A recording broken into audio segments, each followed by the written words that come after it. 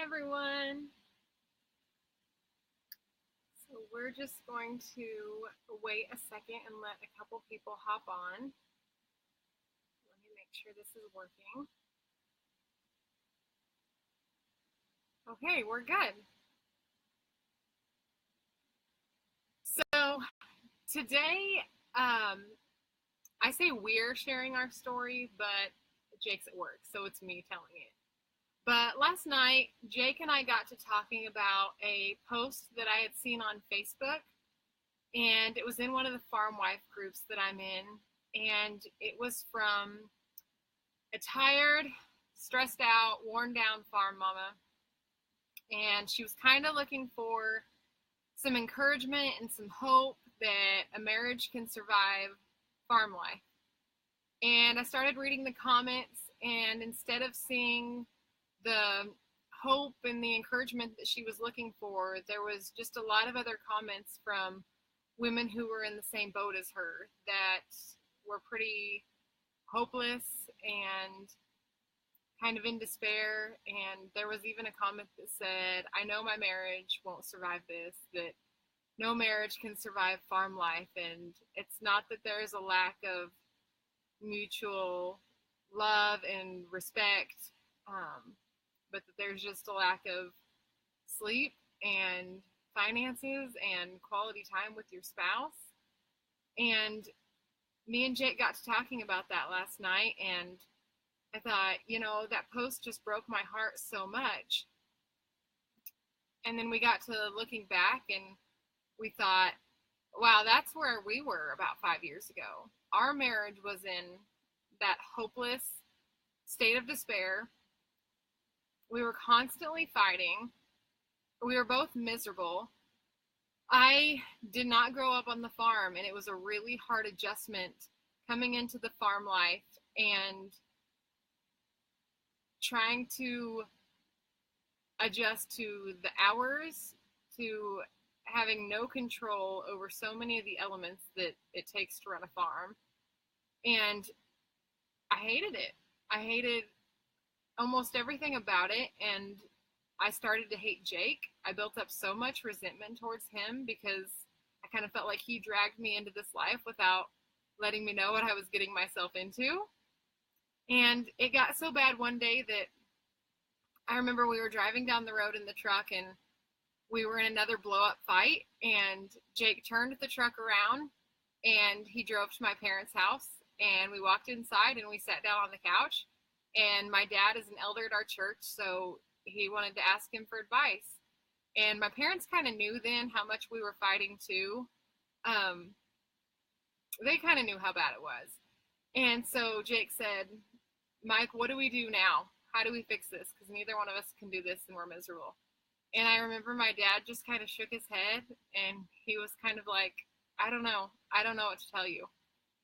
And so then I kind of realized how bad it was that if even other people could see how much we pretty much hated each other and had no advice left to give us, that it was bad. And so I knew what I needed to do. I knew I grew up with a really strong foundation of faith. And for the first probably 2 years of our marriage, I kind of had that on the back burner. Jake wasn't on the same page as me. He didn't want to talk about Jesus. He didn't want to go to church. He didn't want to hear about it. And so I knew I needed to go running straight back into the arms of Jesus. And that's what I did. And I dove right back into my faith, and I found that mercy and that grace that I had been missing. And it didn't fix things. It didn't make things easier. It made things worse for a while because Jake wasn't on the same page. It caused more fights because he didn't want to talk about Jesus. And that's what I was spending all my time doing. I was constantly in my Bible or reading a Bible study and trying to get back to those roots that I had. And it took a long time. And slowly but surely, he kind of came around, and he'd start going to church with us every once in a while, or he'd let me read him a Bible verse or something. And then it just kind of seemed like something clicked in him, and he's never been the same since. He got baptized. He was always a good father, but he is an amazing man of God. He's so strong in his faith now.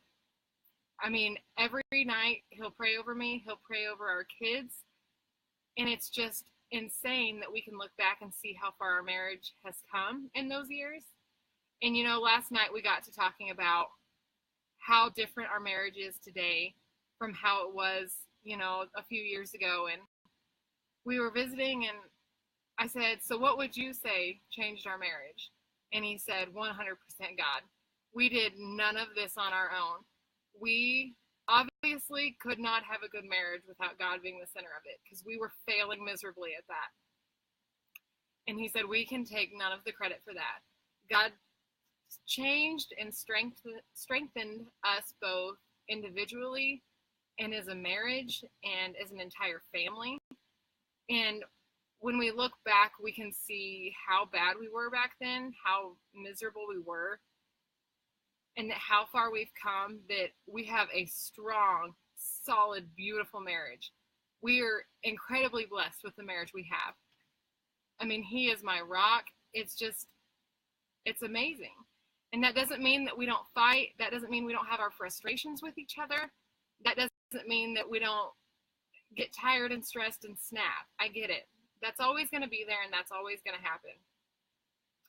And I was reading some of those comments on that Facebook post, and a lot of them had the same theme, that it was the stress that kills the marriage on the farm, that it's the stress in our lives that just wears us down and we have nothing left to give, and that's when we fail.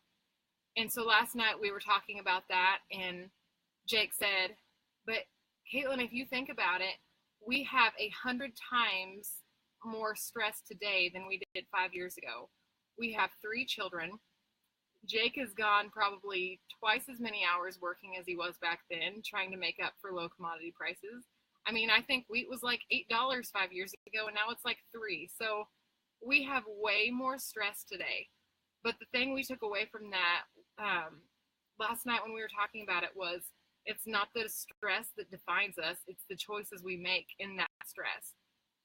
When we've had a hard day at work or with the kids, it's really easy to tear each other down when we get home and to just be tired and grumpy.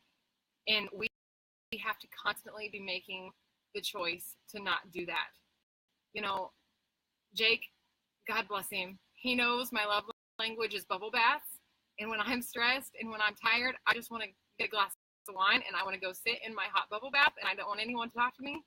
And if he comes home and he's exhausted, he's had a hard day at work, and he can see how stressed I am from the kids, he'll go run me a bubble bath. It's just,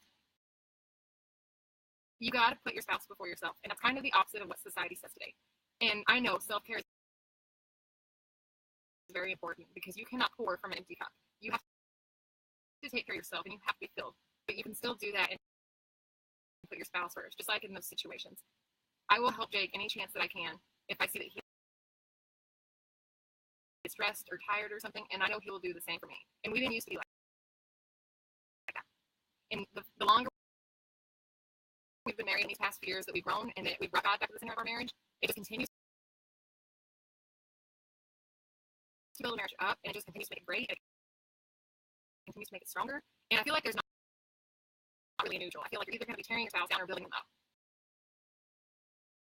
I don't really feel like there's a neutral in that. And it's so hard. Myself, personally, I have a tendency to just tear me down because I'm tired and I just snap so easily. And that's so hard for me. But when I make the conscious effort to build him up, it sets the whole tone for our day. It causes so many less fights. Instead of taking my stress out on him, I just kind of put it on hold for a minute, put him first, tell him how much I love him, and we can go on with our day. Our day is so much better. We have so much less stress because instead of fighting with each other, we are building each other up and making each other stronger. So my Wi-Fi might be kind of spotty right now. I'm sitting outside my house because the baby's asleep. There we go. That might be better. Is that better? So anyway, this whole video was to say that there is encouragement for all those wives that I'm seeing that don't think there's hope in their marriage. And we're here to say that there's hope. Jake wanted me to tell you guys that too, and I know he said he wasn't doing a live video with me, but he said he would do a recorded one. But we both wanted to say that's what got us through it. That's what completely turned our marriage around. That's how we went from hopeless to the strong, beautiful marriage we have. And last night we prayed that our story would help reach someone and touch someone that needs it, because we can see how many people out there are in the same boat that we were in. And we don't want that. We know how good a marriage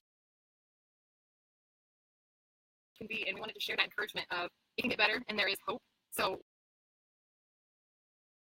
we are just praying that our story would touch someone or help someone or be what someone needed to hear. So thanks, guys. See ya.